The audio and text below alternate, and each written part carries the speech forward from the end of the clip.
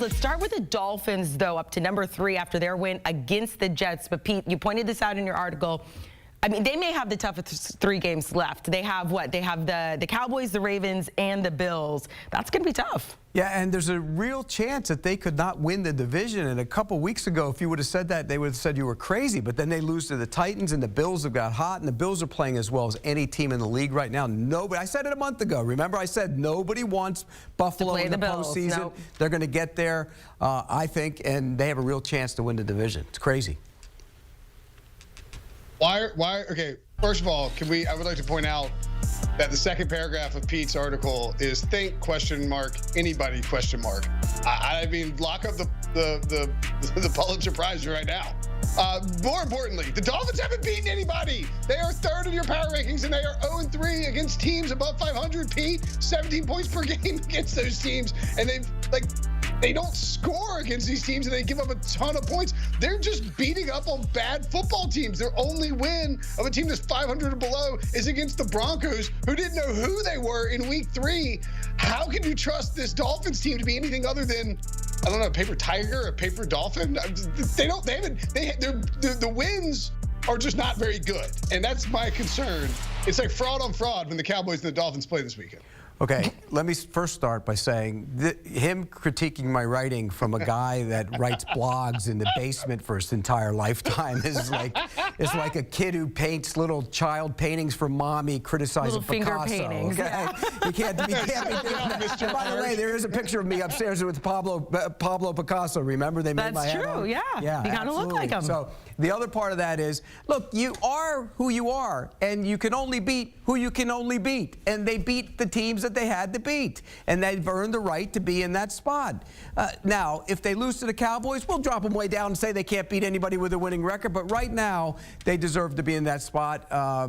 Brinson's just looking for things to criticize. That's all he's doing. And look, we heard him call the Cowboys frauds. We're going to get to the boys here in a second. Let's talk about the Eagles, though. Like, they've lost 3 in a row. It was a horrible loss. Jalen Hurts, you were talking about it. He was sick, but he still looked lost out there. They've clinched a playoff spot, but they've got to figure out what's going on. You know, Brinson's right about something, though. Everybody's a fraud, with the exception maybe of the 49ers. Everybody has flaws, and the Eagles are one of those teams. They just can't figure it out. I thought defensively they had all kinds of issues. They obviously made the change to Matt Patricia. They had 2 drives over 10 plays in the final quarter to lose that game, so maybe that didn't work either. But on the flip side, Jalen Hurts has turned the ball over way too much. Way too much. He just does not look like the same quarterback.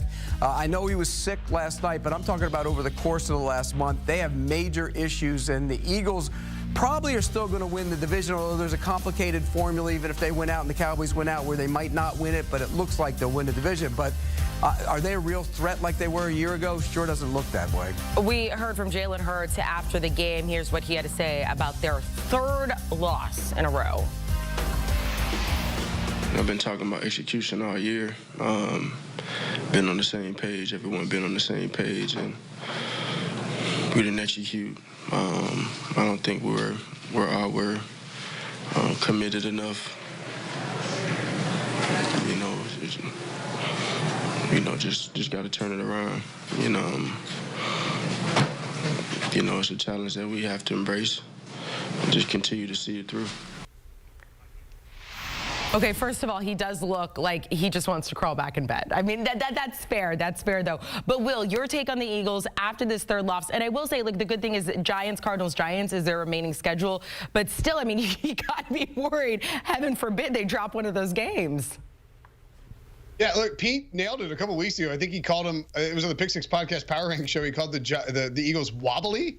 And that's exactly what they are. They are wobbly, and they're now at this point they've just teetered into a ditch, and they lost 3 straight. Jalen Hurts, who's the consummate, teammate who never throws anybody under the bus, is complaining about his teammates being committed. And then he's like, "What do you mean by committed?" He's like, "Well, I don't have a dictionary." He's like, "Sorry about that." I mean, That's about as testy as Jalen Hurts gets at the podium. I don't know if you saw it, but A.J. Brown going off on a sort of a mini tweet storm earlier today when talking about how he was a decoy and wasn't the first read. He was yelling at fans. There's Eagles blogs probably written in their mother's basements calling these guys frauds. I will say that the formula isn't that complicated per se. It's Cowboys win out and Eagles drop one game. That's basically the formula. What makes it complicated is if you lose to either Tommy DeVito once or the Cardinals, then you really are a fraud because you start 10-1 and you steal it's like, oh, the Eagles are finding ways to win. You know, you can find all the ways to win you want. You get to December and you start to just drop games, and now you better beat all three of these teams or else, yeah, home playoff game ain't happening. By the way, the formula is complicated, Will, if they both win out. Pay attention, learn the game, would you? It's complicated if they both went out because then strength of victory comes into play. That's when Cowboys could overtake them in that scenario. So let's talk about the Cowboys. Sure. Go ahead, Will. No, I was going to agree with Pete. I was just saying there is a simplified formula for them winning the division. I wouldn't drag you there, Pete. Yeah, you were dragging. I'm not going to make you do math. I know you were dragging. I know you were dragging me. So I really wasn't that time. Will called the Cowboys fraud. A lot of people did after that loss to the Bills. Look, they're still sitting at 10-4. I'm not sure if you think that was an overreaction calling the Cowboys fraud. If you do think they are somewhat fraudulent, now at number 8 in your power rankings. I don't think they're fraudulent, but they need to start winning games on the road. I mean, at some point in the postseason, they're going to go out on the road, and they have to learn how to play better on the road. They were bludgeoned by the Buffalo Bills on Sunday. I watched that tape this morning. My gosh, they got pushed around, physically mauled at the line of scrimmage, and they didn't counter at all, and that was my concern. Dan Quinn's a great defensive coordinator. He didn't have an answer for what Buffalo was doing. And they're not a big physical team on defense, and they got pushed around. And when you negate their ability to rush the passer, they're a different defense. And on the other side, they pressed on offense, and Dak Prescott didn't play very well. So, you know, when he was coming to the line of scrimmage, he came up and he went, "Here we don't go." That's what he was saying in that game on Sunday.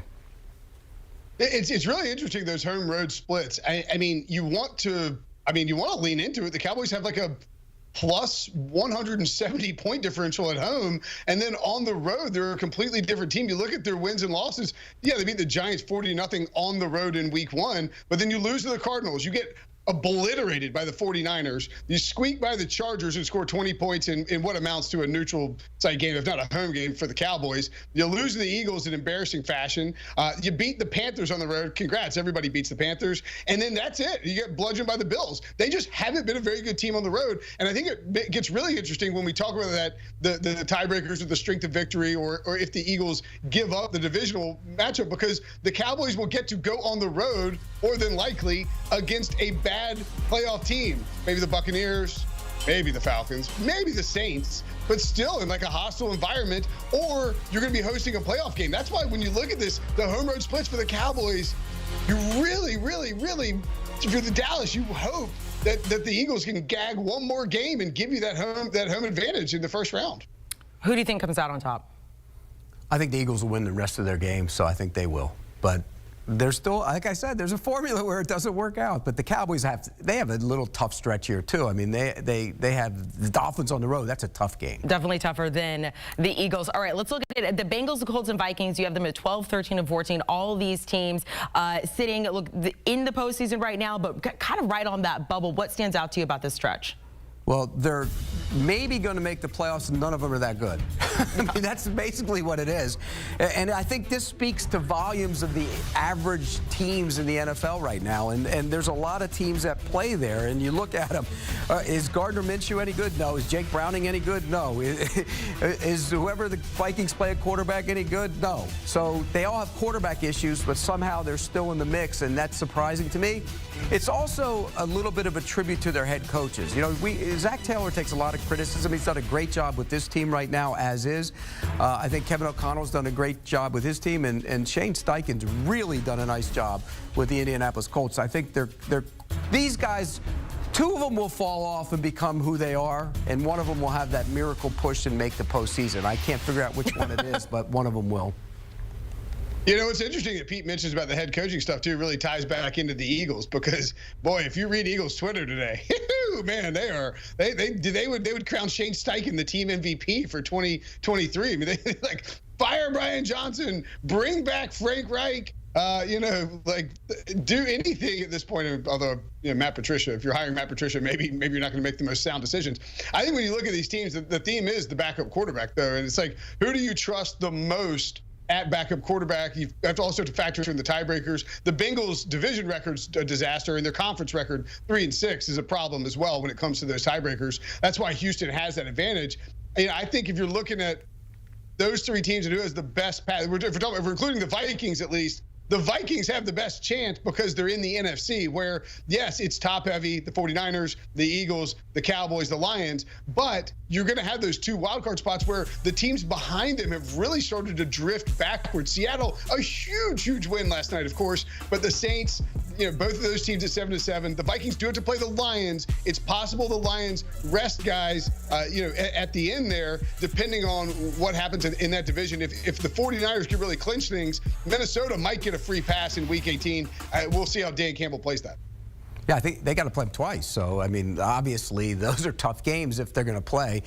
Minnesota's not very good on offense right now with their quarterback situation being what it is. And I think of the three quarterbacks, Minshew has the most experience, but Jake Browning's probably playing the best of all of them. And so maybe the Bengals can make a run. But I still think Buffalo's going to find their way in. Somehow, some way, they're getting in. Look, it seems like it, and it would be a shame if they didn't for some reason based on how well they're playing now compared to earlier in the season. All right, last year, you had the shovel, you buried the Packers. Time and time again, you'd bury them and pull them back out here. But let's look at the Packers right now, dropping to number 20 in your power rankings. Their defense absolutely atrocious against the Bucs. Baker Mayfield came out of that with that perfect passer rating. I mean, your biggest concern for the Packers right now, is it on defense? Or are you still looking at Jordan Love? No, it's defense, and they, you know, they're not going to make a change. And they said no. Matt LaFleur said no. Joe Barry is going to stay there. But this defense never gets any better. And they have players on that side of the ball. Yeah, they've had some injuries over there, but they shouldn't be allowing a quarterback to come into Lambeau, a warm weather quarterback, by the way, who plays in Tampa, come into Lambeau and have a perfect passer rating. That's awful. And you look, I know they've had some injuries. They have some young guys playing in the secondary, and there were a lot of busts. But the reality is Joe Barry is in trouble as a defensive coordinator, and he should be in trouble.